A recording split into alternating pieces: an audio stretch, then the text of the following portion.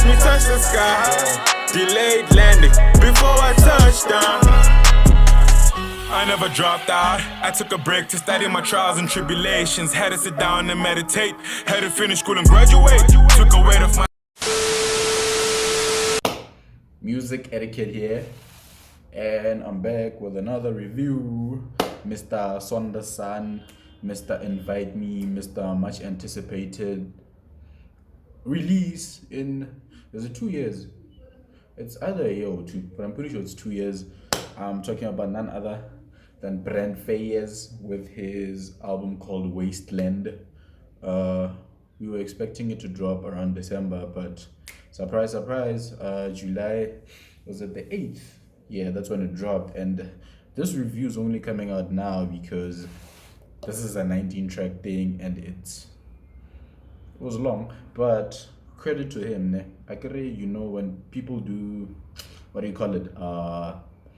Interludes. He did skits. So there's about, let me see if I can count them. 1, 2, 3, probably four skits. Ne? So that means already the album, you minus that 4, it's still 15 tracks, which is the territory that I usually like because you don't need to have an album that has so many tracks. But anyway, getting into it, first track is called Villain's Theme, and it sounds exactly like what the title is. It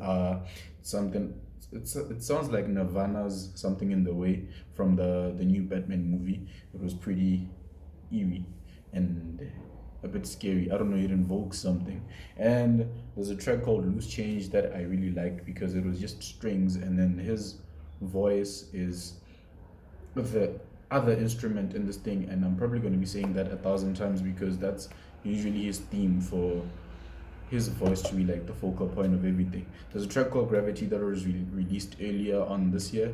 It features Tyler the Creator, and it's amazing, man.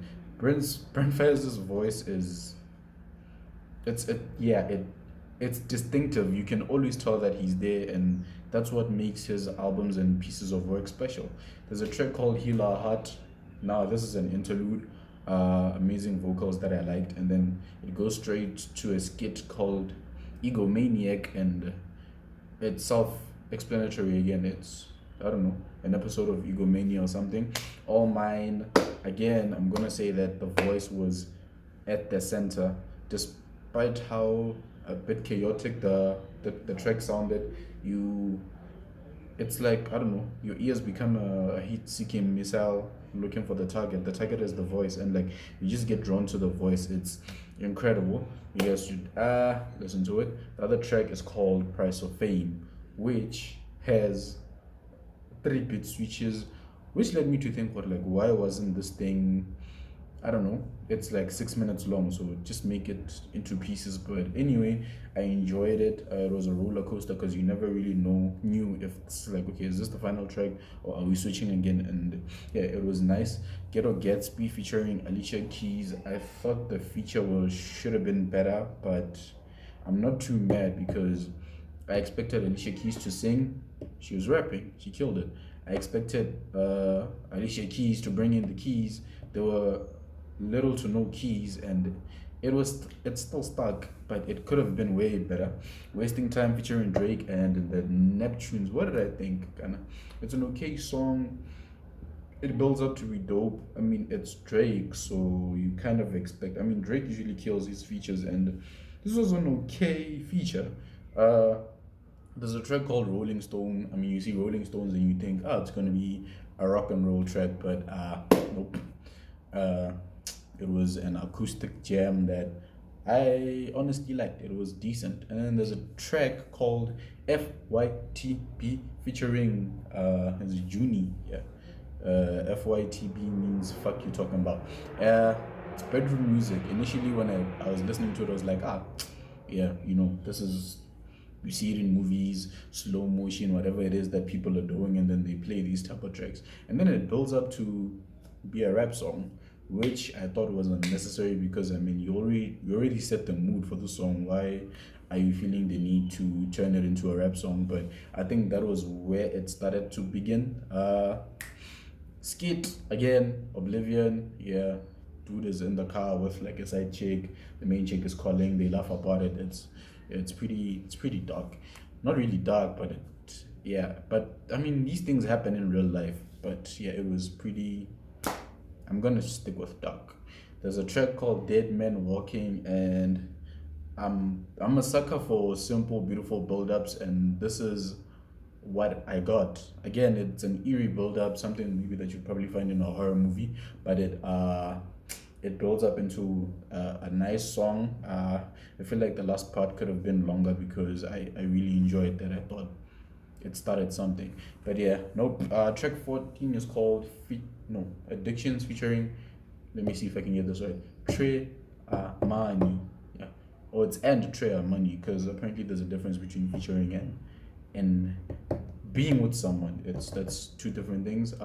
It's the first I don't know, hip hop track. I mean, one can argue that Gravity was also hip hoppy, but for me, like, this was a solid hip hop track, and I was not really mad at it. I mean, it's a 19 track album, so. And then Role Model, you get hints of Kanye West's Flashing Lights, and it was really nice because he mixed it up again to show you that, oh, I can take it here, and then he brought it back to the Flashing Light nostalgia, and I really enjoyed it. The other track is called Jackie Brown. Talks about how the girl is as beautiful as Jackie Brown. It's hip hop fused with R&B. I love the feature. I couldn't find the name, but her voice is just so magnetic. There's a track called Bad Luck. It was okay. There's nothing really I can say. Skit, Wake Up Call. It's like a 4-minute skit of just talking that I didn't even bother listening to because it's been the theme throughout the album. You guys will see.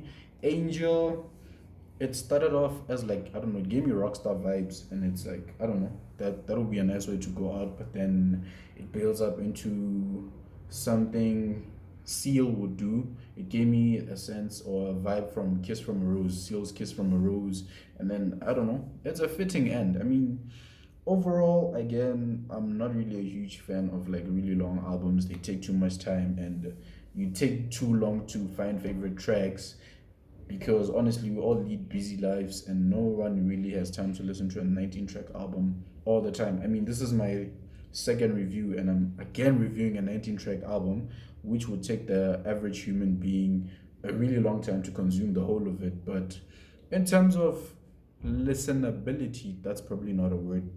It's pretty good. It's something you can jam to in the car, in the AMs, or whatever it is, or like you can play it with your significant other or something. It's pretty cool.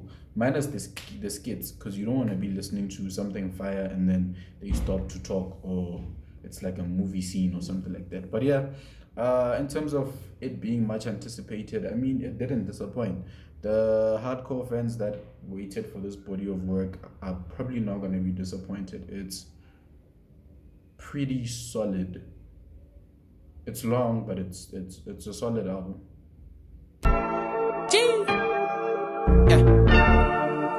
Step up in the building, I be shining so hard, it be blinded. Man, I put my work up in this bitch, I be grinding. Man, I'm from the mob, been digging up.